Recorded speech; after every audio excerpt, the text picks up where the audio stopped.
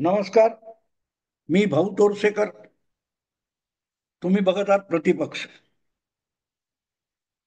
मित्रांनो, आपल्याकडे अनेक वर्ष म्हणजे मी तर बालपणापासून ऐकत आलो, तरुणपणापासून ऐकत आलो, गांधीवादी असलेले सर्वोदयवादी विनोबा भावे हे स्वातंत्र्य चळवळीतले फार मोठे नेता होते. चंपारण काय कुठल्या सत्याग्रहामध्ये गांधीजींनी निवडलेला पहिला सत्याग्रही अशी विनोबांची ओळख होती. सेक्युलर पुरोगामी काँग्रेसी गांधी विचारांचे हे ओळखले जाणारे विनोबा भावे हे भारतातले अत्यंत नामवंत असे गोसेवक होते. गो हत्या बंदी व्हावी ही त्यांची मागणी होती. अर्थात असल्या सगळ्या गुंडाळूनच काँग्रेस चालत गेली. ज्यांनी ज्यांनी स्वातंत्र्य लढ्यात भाग घेतला त्यांची त्यांची अगदी विटंबना करून टाकणं हे काम सत्ता हाती आल्यापासून काँग्रेस करत राहिली.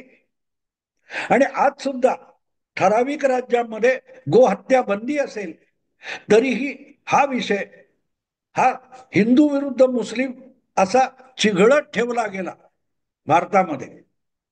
आजही आपण अनेकदा दिवसातून 8-10 दिवसातून एकतरी बातमी ऐकतो, कुठेतरी कत्तलीसाठी नेलेली गोवंशाची जनावरं हिंदू कार्यकर्त्यांनी, हिंदुत्ववादी संघटनेच्या कार्यकर्त्यांनी अडवली, पकडली आणि तो गाडी चालक असेल किंवा तो जनावर नेणारा असेल त्याला उचलून पोलिसांच्या ताब्यात दिलं. हे आपण ऐकतो, हे आपण ऐकतो. आणि मग दुसरीकडे हिंदूंच्या भावना दुखावण्यासाठी जे काय अशा गोष्टी चालतात त्याचं समर्थन करत त्याला पाठीशी घालण्यासाठी पुरोगामी शाल पांघरून आलेले, शेवटी गाय हा सुद्धा पशु आहे, सावरकरांनी सुद्धा म्हटलं आहे, बाकीचा सावरकर नाकारायचा, त्याच्यावर टीका करायची, पण जेव्हा आपल्या सोयीचा येतो तेव्हा गाय सावरकरांचं कोट करायचं आणि गाय हा उपयुक्त पशु आहे. तो उपयुक्त पशु असेल तरी गायीची हत्या करावी, हिंदूंच्या भावना दुखावण्यासाठी गायीची हत्या करावी असं सावरकर कुठेही म्हणाले नाही. पण याला पुरोगामीपणा म्हणतात. अर्धवट दादांत गैरसमज पसरवणारं खोटं बोलणं हे पुरोगामित्वाचं पहिलं व्यवच्छेदक लक्षण झालेलं आहे. पण असो, तो विषय मला आत्ता का सांगायचा नाहीये. विषय माझा असा आहे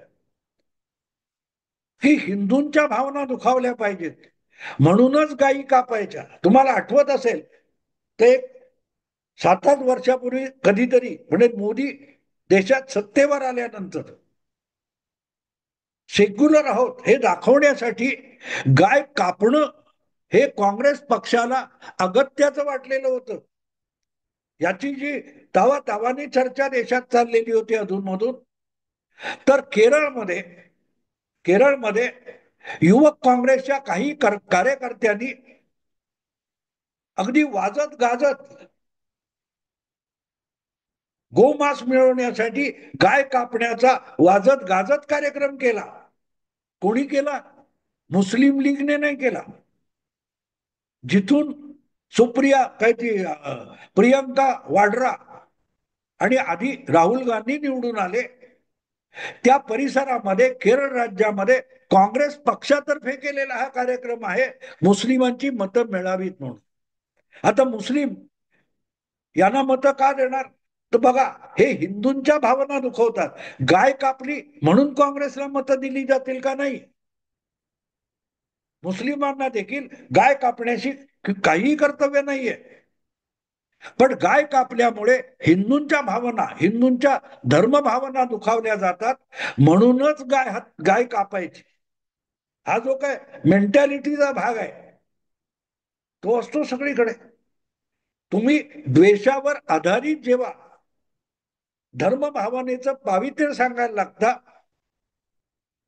तेव्हा मग हा तिरस्कार टोकाला जातो. माझ्या आनंदासाठी नाही तर तुम्हाला दुखलेलं बघण्यातला माझा आनंद आहे, त्यासाठी तुम्हाला दुखावण्यानं मी कृत्य करतो. आपल्याकडे एक ग्रामीण भागात म्हणतात ना, नवरा मेला चालेल पण सवत बोडकी झाली पाहिजे. ही जी मानसिकता असते, दुसऱ्याच्या वेदनांमध्ये दुःखांमध्ये आनंद शोधायचा. मग तो हलवाई गणपती जवळ जायचं, दगडू हलवाई, दगडूशेठ हलवाई, आणि दारात जाऊन सांगायचं, नाही नाही, मी आत येत नाही की मी मटण खाल्लेलं आहे. हे सांगायची गरज नाही, आत नाही गेलात चाललं असत, चाललं असत. किंवा अशा चातुर्मासाच्या वेळेला जाणीवपूर्वक जरा मटण खायला गेलं पाहिजे, असं बोलणारा जो पुरोगामित्व असतं ना, ते पुरोगामित्व नसतं. ती सगळ्यात मोठी हिंसक गोष्ट असते. ज्यात जो बोकड खायला तुम्ही जाणार आहात ना, त्या बोकडाच्या हत्येपेक्षाही समोरच्याच्या नाजूक भावना दुखावणं ही मोठी हिंसा असते. असो, हे गोहत्या गोहत्या मी का आलोय ते तुम्हाला सांगतो. कारण माझ्याकडे जी बातमी आली आहे ती अतिशय गमतीशीर आणि विचित्र आहे मित्रांनो. मंजिरी अग्रवाल नावाच्या एक राजकारणावर, सुरक्षा व्यवस्थेवर आणि सनातन धर्म विचार या अशा अनेक वेगवेगळ्या पैलूंवर सातत्याने बोलणाऱ्या एक मध्यवयाच्या महिला आहेत. युट्यूबवर तुम्हाला मिळतील, मंजिरी अग्रवाल. त्यांच्या एका व्हिडिओमध्ये मला बघायला गंमत मिळाली. पाकिस्तानातून एक लुकमान नावाचा, त्या सरगोधा रावळपिंडी परिसरातला, किंवा नेमकं सांगायचं तर किरणा काय तो किरणा पहाडी आहे, टेकडी आहे, त्या परिसरातला लुकमान नावाचा कुणीतरी एक नागरिक, त्याने ह्या मंजिरी अग्रवाल यांना सोशल मीडियातून मेसेज पाठवला की आमच्या इकडे अणुऊर्जेची गळती सुरू झालेली आहे, तर त्यातून जीव वाचवण्यासाठी आम्ही काय करू शकतो हे आम्हाला कळवा, कारण इकडे भलतीच तारांबळ उडालेली आहे. सक्तीने पोलीस सरकार त्या 150 किलोमीटरच्या परिसरातल्या गाव आणि वस्त्या उठवते, कारण अणुऊर्जेमुळे कॅन्सर सारखी भयंकर बाधा होऊ शकते. ज्यांना बाधा झाले त्यांच्या सगळ्या पुढच्या पिढ्या ह्या अत्यंत रोगट आणि निकम्या पैदा होण्याचा धोका आहे. आणि सरकार काही करत नाही. सरकार काय बोरॉन वगैरे पाठवेल, पण ते कुठे आणि कसं टाकायचं तेही आम्हाला कळत नाहीये. तर आयुर्वेदामध्ये या अशा अणु बाधेपासून किंवा किरणोत्सर्गापासून झटपट आणि सोपा असा काही उपाय आयुर्वेदात असेल तर कळवा, असं तो लुकमान नावाच्या कोणी त्यांना एक सोशल मीडियावर कळवलं, आणि त्यांनी त्याला आपल्या पद्धतीत मार्गदर्शन केलेले. आणि काय मार्गदर्शन केले माहितीये मित्रांनो? पहिली गोष्ट म्हणजे जिथे किरणोत्सर्ग होतो त्या किरणोत्सर्गाच्या परिसरामध्ये सगळं भूगर्भातलं पाणी सुद्धा बाधित होतं. ते पाणी सुद्धा किरणोत्सर्गाच्या संसर्गातून बाधित झालं असेल तर त्याच्यातून तुम्हाला काय तो कॅन्सर किंवा तत्सम असाध्य आजार जडू शकतात, रोगबाधा होऊ शकते. म्हणून जिथे किरणोत्सर्ग झालेला आहे त्या परिसरातून शक्य तितकं मैलोगणती दूर निघून जा. कारण किरणोत्सर्ग जमिनीच्या आतमध्ये जिथे जिथे पोकळी असेल जवळपास तिथे तिथे सरकत जातो, आणि तसाच तो हवेत असेल तर हवेतून अधिक वेगाने पसरत जातो. म्हणजे काय ते किरणा पहाडी म्हणतात त्याच्यापासून, म्हणजे त्या परिसरामध्ये पश्चिमेकडे वारा वाहत असेल तर त्यापासून तो अफगाणिस्तान आणि पुढच्या बाजूला कुठेतरी तो किरणोत्सर्ग जाऊ शकतो. आणि जर पश्चिमेकडून पूर्वेकडे वारा वाहत असेल तर तो आपल्याकडे काश्मीर, पंजाब, राजस्थान या भागात सुद्धा येऊ शकतो. हे लक्षात घ्या. हा विषय गमतीशीर नाहीये, सनसनाटी माजवायचा नाहीये. आणि त्यामुळे आपण तर खूप दूर बसलोय. अगदी आज सुद्धा पंजाब किंवा राजस्थानचे लोक त्यापासून खूप दूर आहेत. ही चिंताग्रस्त आहे ती किरणा या पाकिस्तानी प्रदेशातल्या नागरिकाची चिंता आहे. आणि त्याचं कारण हे पाझर झालंय यात शंका नाही. जगभरच्या अणुऊर्जा आणि अणुसंशोधन यावर बारीक नजर ठेवणाऱ्या ज्या ज्या संस्था आणि संघटना आहेत, त्यांनी याविषयी आत्तापासून इशारे द्यायला सुरुवात केलेली आहे. आणि त्याच इशाऱ्यामुळे जाहीररित्या कुठलीही कबुली न देता पाकिस्तान सरकार आणि पाकिस्तानी सेना, पाकिस्तानी प्रशासन त्या किरणा पहाडीच्या परिसरातल्या सगळ्यांना बाजूला, तिथून घटनेपासून शक्य तितकं दूर निघून जा म्हणून सक्ती करते. अंगावरच्या कपड्यानिशी निघा, किंबहुना अंगावरचे कपडे सुद्धा तातडीने बदला आणि निघा. कारण किरणोत्सर्गाची धूळ अगदी 4-5 कण तुमच्या शरीरावर असतील, कपड्यावर पडलेले असतील, तरी ते रोगासाठी आमंत्रण असेल. काय काय भयंकर आहे परिस्थिती मित्रांनो, भयंकर परिस्थिती आहे. तिथल्या परिसरात ज्या अफवा आहेत किंवा बातम्या सोशल मीडियाच्या पाकिस्तान मधून आल्यात, त्यामध्ये अंगावरच्या कातडीला खाज सुटलेली आहे. खाजून खाजून शरीराची कातडी लाल होते, अचानक ताप येतोय, उलट्या होत आहेत. ही जी सगळी वर्णनं आहेत, ही वर्णनं किरणोत्सर्गाशी जुळणारी आहेत. आणि म्हणूनच प्राथमिक उपाय म्हणून जितक्या वेगाने होईल तेवढा तो परिसर, आणि परिसर म्हणजे एखादं पटांगण वगैरे नाहीये, किरणा टेकडीपासून 50-60 किलोमीटरचा परिसर, म्हणजे जवळजवळ आपण असं म्हणू शकतो की 700-800 किलोमीटरचा परिसर आहे. त्याच्यामध्ये हजारो गावं असू शकतात, 10-12 मोठी बाजाराची गावं असू शकतात. जिल्हा 2 जिल्ह्याचं क्षेत्रफळ इतकं असू शकतं. आणि त्यामध्ये राहणारी लोकसंख्या ही कदाचित 20 ते 50 लाखापर्यंत असू शकते, कदाचित 2 कोटीपर्यंत असू शकते. आणि या सगळ्यांना ही जी बाधा होते त्याच्यातून उपाय योजण्यासाठी पुढे येऊ शकणारं सरकार आज पाकिस्तानात नाहीये.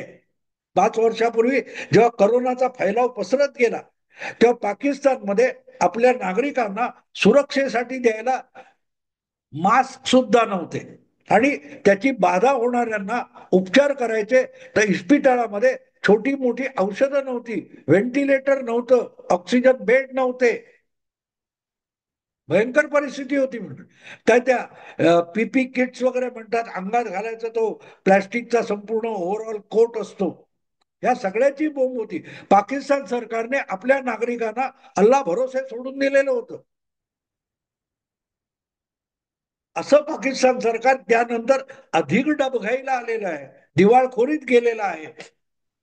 ते आज जर किरणोत्सर्ग झाला तर तिथून वेगाने वेगाने या लाखो लोकांना बाहेर काढायचं, तर तेवढी वाहनं तरी पाकिस्तानकडे आहेत की नाही, प्रवासी वाहनं लोकांना दूर 50-70 किलोमीटर दूर घेऊन जाण्यासाठी. आणि असतील तर त्या वाहनात टाकायला इंधन आहे की नाही हा पण प्रश्न आहे. आणि म्हणून हा लुकमान नावाचा कोणत्या आपल्या मॅडम मंजरी अग्रवाल या आयुर्वेदिक ह्याच्यावर पण बोलतात, भारतीय औषध व्यवस्थेबद्दल बोलतात, औषध काय ते प्रक्रियेबद्दल बोलतात. तेव्हा त्यांनी त्या मंजिरी ताईंना विचारलं की बाबा याच्यावर झटपट आम्ही सहजगत्या करू शकतो असा जरा काही उपाय सांगाल का. तेव्हा त्यांनी सांगितलेला उपाय अतिशय सोपा साधा आहे. अर्थात बाकीचे उपचार घेतले पाहिजेत, औषधं घेतली पाहिजेत, पण तत्काळ तुमच्या हातात काहीही नसताना प्रथमोपचार म्हणून काय करायचं, तर अंगाला देशी गाईचं शेण लावायचं. एक संपूर्ण आवरण लेप लावून घ्यायचा गाईच्या शेणाचा, आणि गोमूत्र घातलेलं पाणी प्यावं. कशी गंमत आहे बघा मित्रांनो, कशी गंमत आहे बघा. त्या मुस्लिम देशावर आणि तिथल्या नागरिकांवर आज काय परिस्थिती आली आहे. ज्यांना आपलं धर्मप्रेम दाखवण्यासाठी, धर्मांधता दाखवण्यासाठी गाय कापण्याची खुमखुमी होती. अगदी प्रदर्शन मांडायचं, हिंदूंच्या भावना, धर्मभावना दुखावण्यासाठी गायीची कत्तल करायची आणि तो आमचा अधिकार आहे म्हणून दाखवायचं, तरच आमचा धर्म सिद्ध होतो. ह्याचा हव्यास ज्यांना होता त्यांच्यावर आज गोमूत्र शोधण्याची आणि गायीचं शेण शोधण्याची वेळ आलेली आहे. अर्थात तो लोकमान ते कुठून मिळवेल वगैरे सोडून द्या, पण मला गंमत वाटली की जेव्हा आपल्या जीवावर बेततं तेव्हा मग बाकी सगळे धर्म, बुद्धी सगळं कसं घाण पडतं. हिंदूंचा द्वेष करायचा, पण हिंदूंच्या आयुर्वेदात काय उपाय असेल तर तो हवा आहे. आणि तो उपाय असा आहे की आतापर्यंत तुमच्या पिढ्या पिढ्यांनी गाय कापण्याचा जो गुन्हा केला, पाप केलं, त्याची परतफेड करण्यामध्ये साधा सोपा सरळ उपाय सुचवला. मला माहिती नाही तो कसा, गाय गोमूत्र आणि गाईचं शेण कुठून मिळवणार आहे. ज्याने त्या अगरवाल मॅडमना सोशल मीडियावर मेसेज पाठवला की आयुर्वेदाचा उपाय सांगा. आता तो उपाय सांगितलाय त्यांनी, आणि त्यांनी सांगितला त्यांच्या व्हिडिओत, त्यांनी सांगितलं बाबा लवकरात लवकर, समजा जाता येत नसेल तर घराच्या आतल्या बाजूने मिळेल तिथून बाहेरून हवा येऊ शकेल असं सील बंद करा, तिथे शेड लावा, ते शेड कुठून मिळवा. पण हे सगळं किती खरं आहे काय खोटं आहे मला माहित नाही. खरोखरच गोमूत्र किंवा गाईचं शेण खरोखरच किरणोत्सर्गावर इतकं 100% परिणाम देणारं किंवा प्रथमोपचार देणारं उपाय आहे याविषयी मला जास्त माहिती नाही, पण ते ऐकल्यानंतर त्याचं विश्लेषण कसं करायचं हा विचार डोक्यात आला. तेव्हा मला पहिल्यांदा लक्षात आलं की गाय कापण्याची खुमखुमी असणाऱ्यांना, गोमूत्राची टिंगल करणाऱ्यांना आज ते गोमूत्र औषध म्हणून व्हावंय आणि औषधाला सुद्धा मिळणार नाही अशा परिस्थितीत ते सापडलेले. कधी दुसऱ्यांच्या भावना दुखावणं यात आपला आनंद असता कामा नये, यात आनंद शोधता कामा नये. भले तुम्ही दुसऱ्याचे विरुद्ध असाल, शत्रू असाल, तरी त्याला यातना म्हणजे आपल्याला आनंद, हे योग्य नसतं. पण ज्या वेळेला असलं अशा दुसऱ्यांना दुःखी करण्यामध्ये एक फार मोठं धर्मकार्य आहे, औदार्य आहे, उदात्तता आहे असं बोललं जातं, तेव्हा मग त्यांच्या यातनामध्ये एक पापक शालन बघणं भाग पडतं. मित्रांनो, खरंच आनंद नाही, मी जे बोलतोय त्यातून मला कसलाही आनंद होत नाहीये, कसलाही आनंद होत नाही. पण हे जेव्हा मी बघितलं, ऐकलं, तसं खरोखरच असेल तर याला निसर्गाने घडवलेला न्याय म्हणतात. जी हिंदुस्थान संस्कृती सिंधूच्या किनारी वसली, त्या सिंधूच्या किनारी वसलेली भारतीय उपखंडातली पहिली वस्ती हे गोपालन करणारे पूर्वज होते आपले. आज सुद्धा पाकिस्तानमध्ये असेल, अफगाणिस्तानमध्ये असेल किंवा सिंध, पंजाब कुठेही वसलेले किंवा भारतात वसलेले मुस्लिम असतील, त्यांचे सुद्धा पूर्वज हे 1400 वर्षापूर्वी मुसलमान नव्हते, कारण तेव्हा इस्लाम नव्हता. तेव्हा इस्लाम नव्हता. इस्लाम 1400 वर्षापूर्वी सुरू झालेला धर्म आहे. पण तुमच्या शेकडो पिढ्या, हजारो वर्ष या भारतीय उपखंडामध्ये जी संस्कृती उभी राहिली, मानवी संस्कृती उभी राहिली, ती गोपालनावर आधारलेली होती. आणि गोपालन करता करता पुढे पुढे शेती वगैरे हे सहाय्यक उद्योग निर्माण होत गेले. म्हणजे ज्या गायीच्या जगण्यातून मानवी संस्कृतीला आकार मिळाला, अशी जी संस्कृती आहे ती भारतीय संस्कृती आहे. आणि त्या भारतीय संस्कृतीचा अवमान करणं आणि त्यासाठी गाय कापायची, याचं जे उदात्तीकरण आहे त्याला मी पाप म्हणतो. आणि ते पापक शालन करण्यासाठी त्याच गोवंशाच्या मूत्राचा आणि शेणाचा शोध घ्यायला लागणार असेल तर त्यापेक्षा मोठा ऐतिहासिक आणि धार्मिक न्याय दुसरा कुठलाही असू शकत नाही. अर्थात तो लोकमान खरा आहे खोटा आहे मला काही माहित नाही, पण तो व्हिडिओ मी जो बघितला मंजिरी जैन आपला मंजिरी अगरवाल यांचा, आणि त्यातला तो स्क्रीनशॉट बघितला लुकमान नावाच्या कोणा पाकिस्तानी नागरिकाचा, तेव्हा जे विचार डोक्यात घोळत होते ते सांगणं अगत्याचं वाटलं की गाय कापण्यामध्ये पुरुषार्थ आणि धर्म शोधणाऱ्यांना त्याच गायीचं गोमूत्र आपला जीव वाचवण्यासाठी हवंय, आणि गायीचं शेण हवं असेल तर त्याला मी नैसर्गिक न्याय म्हणतो. मित्रांनो, आता इथेच सांगतो. आवडलं लाईक करा, शेअर करा आणि प्रतिपक्षाला सबस्क्राईब करा.